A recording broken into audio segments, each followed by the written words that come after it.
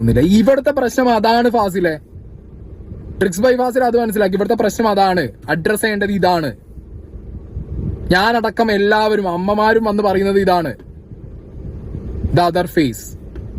ഭിന്നശേഷിക്കാരായ കുട്ടികളെ സംരക്ഷിക്കാൻ നടക്കുന്നു. ഓക്കെ, ഞാൻ എന്തായാലും റെഡിയാണ്. ഷിഹാബിനെയും കൊണ്ടുവരും ചെയ്യും. ഫൈൻ. മാജിക് പ്ലാനറ്റിലാണെങ്കിൽ മാജിക് പ്ലാനറ്റിൽ. പിന്നെ ഇതില് അമ്മമാരെയും കുട്ടികളെ ഒന്നും എങ്ങോട്ടും കൊണ്ടുപോകാൻ ഞാൻ പറഞ്ഞില്ലേ, അവരെവിടെ വേണമെങ്കിലും വരാൻ തയ്യാറാണ് ഷിയാബും സീക്രട്ട് ഏജൻസി. ഫാസിലെ, ഞാനൊന്ന് ചോദിക്കട്ടെ, നാണാവുന്നില്ലേ ഇങ്ങനെയൊക്കെ പറയാൻ? താങ്കളെ പോലുള്ളവരിൽ നിന്നും ഒരു വാക്ക് എത്ര പ്രതീക്ഷയോടാണെന്നറിയോ ജനങ്ങൾ കാത്തു നിന്നത്. ഒടുക്കം സംഭവിച്ചതോ ഇങ്ങനെ. കഷ്ടം തന്നെ. താങ്കൾ ആദ്യം പോകേണ്ടത് ആരോപണം ഉന്നയിച്ചവരിലേക്കാണ്, ആ അമ്മമാരുടെ അടുത്തേക്ക്. അവരുടെ വാക്കുകൾ നിങ്ങൾ കേട്ടിട്ടില്ലേ? നമുക്ക് മുതുകാടിനോട് സ്നേഹമില്ലാത്തത് കൊണ്ടല്ല, മുതുകാടിനോട് ഒരുപാട് സ്നേഹം തന്നെയാണ് ഈ ജനങ്ങൾക്ക് മൊത്തം. ആ സ്നേഹം കൊണ്ട് തന്നെയാണ് പറയുന്നത്, മുതുകാട് നിരപരാധിയാണെങ്കിൽ അത് തെളിയുക തന്നെ വേണം.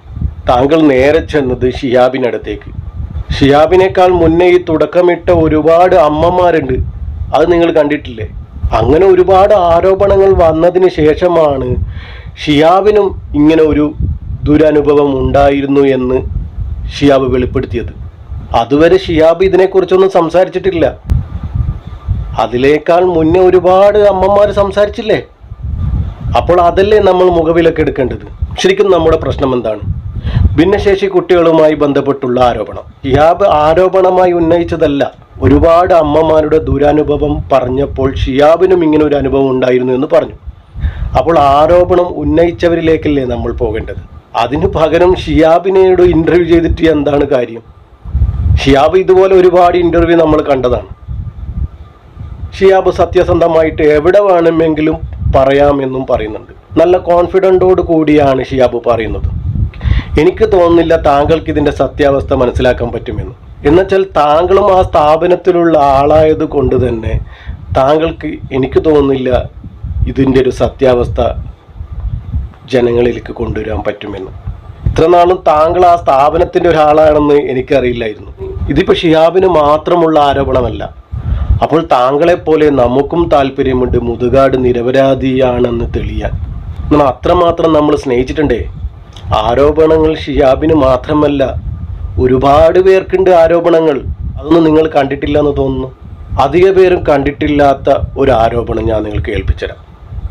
സിദ്ദീഖ് കൊടിയത്തൂർ ആകാശം കടന്ന് എന്നൊരു സിനിമ ഭിന്നശേഷിയായ കുട്ടികളുടെയും ആ ഒരു കുടുംബത്തിൻ്റെയും കഥ പറയുന്ന ആ ഒരു സിനിമ. സിദ്ദീഖ് കൊടിയത്തൂർ അതിനെക്കുറിച്ച് കൂടുതൽ പഠിക്കാൻ വേണ്ടി, ഇതിനെക്കുറിച്ച് കൂടുതൽ അറിയാവുന്നത് ഗോപിനാഥ് മുതുകാടിനാണല്ലോ എന്ന് കരുതി ഇദ്ദേഹം ചെന്നത് അവിടത്തേക്കാണ്. അപ്പോൾ അവിടെ നടന്ന സംഭവം ഇദ്ദേഹത്തെ ഒരുപാട് വേദനിപ്പിച്ചു. അത് നമുക്ക് കേൾക്കാം. അതേപോലെ മുതുകാടിനെതിരെ ആരോപണങ്ങൾ ഉന്നയിച്ച ചില രക്ഷിതാക്കളുടെ വീഡിയോസ് ഞാൻ കണ്ടു. അത് കണ്ടു കഴിഞ്ഞപ്പോൾ കുറച്ചൊക്കെ അവർ പറയുന്ന കാര്യങ്ങൾ ശരിയാണ് എന്നുള്ള നിലയിലേക്ക് തന്നെയാണ് എൻ്റെ ഒരു വീക്ഷണം പോകുന്നത്. അതെന്താണ് ഞാൻ അങ്ങനെ പറയാൻ കാരണം എന്ന് ചോദിച്ചാൽ, ഞാനിപ്പോൾ ഇറക്കിയിട്ടുള്ള സിനിമ, ഭിന്നശേഷിക്കാരുമായി ബന്ധപ്പെട്ടുള്ള ഈ സിനിമയുടെ സ്ക്രിപ്റ്റ് വർക്ക് തുടങ്ങുന്ന സമയത്ത് ഞാൻ ഇതുപോലുള്ള പല സ്ഥാപനങ്ങൾ സന്ദർശിച്ചു. ഈ മേഖലയിൽ പ്രവർത്തിക്കുന്ന പല ആളുകളുമായിട്ട് സംസാരിച്ചു. കാരണം ഈ ഒരു വിഷയമായതുകൊണ്ട് ഈ മേഖലയിൽ പ്രവർത്തിക്കുന്ന ആളുകളുമായിട്ട് ഒരു ഡിസ്കഷനോ അല്ലെങ്കിൽ അവരുടെ അഭിപ്രായങ്ങളോ സജഷൻസോ ഒക്കെ കിട്ടിയാൽ അത് എൻ്റെ സ്ക്രിപ്റ്റിന് വളരെയധികം ഉപകാരപ്പെടും.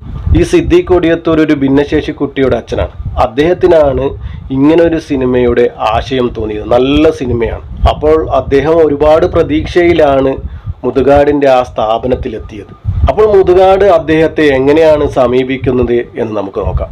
ഫോട്ടോഷൂട്ട് പരിപാടിയൊക്കെ കഴിഞ്ഞതിന് ശേഷം ഞാൻ അദ്ദേഹത്തോട് പറഞ്ഞു, എനിക്ക് ഒരു കാര്യം പറയാനുണ്ട്.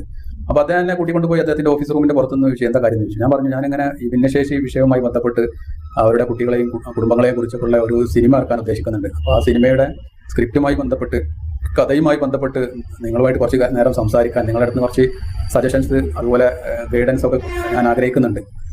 അപ്പോൾ എപ്പോഴാണ് സാർ ഒരു സമയം പറഞ്ഞാൽ ഒരു അരമണിക്കൂർ മതി, ഒരു സമയം പറഞ്ഞാൽ നമുക്ക് ഇരിക്കാമായിരുന്നു എന്ന് പറഞ്ഞപ്പോൾ അത് നമുക്ക് പിന്നെ സംസാരിക്കാമെന്ന് പറഞ്ഞിട്ട് ഒരു ഒറ്റ പോക്ക് അങ്ങോട്ട് പോയി. ആ ഒരു പ്രതികരണത്തിൽ എനിക്ക് അത്യാവശ്യം നല്ല രീതിയിൽ തന്നെ ഒരു നിരാശ അനുഭവപ്പെട്ടു. കാരണം ഞാൻ മെയിനായിട്ട് ഉദ്ദേശിച്ചിരുന്നത് ആ കാര്യം അദ്ദേഹമായിട്ട് ഡിസ്കസ് ചെയ്യാം, അദ്ദേഹത്തിൽ നിന്ന് ലഭിക്കുന്ന നിർദ്ദേശങ്ങളൊക്കെ ഇതിന് ഉപകാരപ്രദമാകും എന്നുള്ള. ഇങ്ങനെ ഒരു മോശമായ സമീപനമുണ്ടെന്ന് മുതുകാടിനെ മനസ്സിലാകാൻ തുടങ്ങിയത് ഇതുപോലുള്ള ഒരുപാട് ആരോപണങ്ങളിലൂടെയാണ്. ശരിക്കും പറഞ്ഞാൽ ഇതുപോലുള്ള ആരോപണങ്ങൾ കേൾക്കുമ്പോൾ വല്ലാത്തൊരു ദേഷ്യമാണ് തോന്നുന്നത്. അങ്ങനെയുള്ള ഒരാളെയാണ് താങ്കൾ ഇങ്ങനെ വെളുപ്പിക്കാൻ ശ്രമിക്കുന്നത്. താങ്കൾ മുതുകാടിനെ വെളുപ്പിക്കാൻ ശ്രമിക്കുന്നത് ഇത് ഞാൻ മാത്രം പറയുന്നതല്ല. താങ്കൾ വീഡിയോ കണ്ട എല്ലാവരും അത് തന്നെയാണ് പറയുന്നത്. താങ്കൾ മുതുകാടിനെ വെളുപ്പിക്കാൻ നോക്കുകയാണെന്ന്. എനിക്ക് തോന്നുന്നില്ല താങ്കൾക്ക് ഈ ഒരു പ്രശ്നത്തിൽ ഇടപെട്ട് ഇത് തീർക്കാൻ പറ്റുമെന്ന്. പറ്റുമെങ്കിൽ സീക്രട്ട് ഏജൻസിക്ക് നിങ്ങൾ മുതുകാടിൻ്റെ ഒരു ഇൻ്റർവ്യൂ സംഘടിപ്പിച്ചു കൊടുക്കുക. അദ്ദേഹം സംസാരിക്കും. അദ്ദേഹം അത്ര മാന്യമായിട്ടാണ് മുതുകാടിൻ്റെ ആ ഗുരുവുമായിട്ടുള്ളൊരു ഇൻ്റർവ്യൂ നമ്മളൊക്കെ കണ്ടതാണ്. താങ്കൾ ഇതിൽ ഇടപെട്ട് കുളമാവുകയേ ചെയ്യൂ. എന്നാൽ താങ്കൾ ആ സ്ഥാപനത്തിൻ്റെ ഒരാളാണല്ലോ. ആദ്യമൊന്നും എനിക്കറിയില്ല താങ്കൾ ഈ സ്ഥാപനത്തിൻ്റെ ആളാണെന്ന്. ഇനി താങ്കൾക്ക് പറ്റുമെന്ന് എനിക്ക് തോന്നുന്നില്ല. ഇതെന്തൊരു ന്യായമാണോ? ഭിന്നശേഷി കുട്ടികളെ നിങ്ങൾ ഏറ്റെടുക്കുക, എന്നിട്ട് ഞങ്ങളോട് ഭീഷണി. നിങ്ങൾ ഈ കുട്ടികളുടെ ജീവിതം നശിപ്പിക്കുകയാണോ എന്ന് നിങ്ങൾ തന്നെ ഏറ്റെടുക്കാനായിട്ട് ഞങ്ങളോട് ഭീഷണി. കുട്ടികളെ വെച്ച് ഭീഷണിപ്പെടുത്താം. ഒരുപാട് ഭിന്നശേഷി കുട്ടികളുടെ ജീവിതം വെച്ചാണ് അത്ര ഞങ്ങൾ കളിക്കുന്നത്. ഞങ്ങളാണോ കളിച്ചത്, നിങ്ങളാണോ കളിച്ചത്? ഇതൊക്കെ ഒരു ഭീഷണിയാണ്.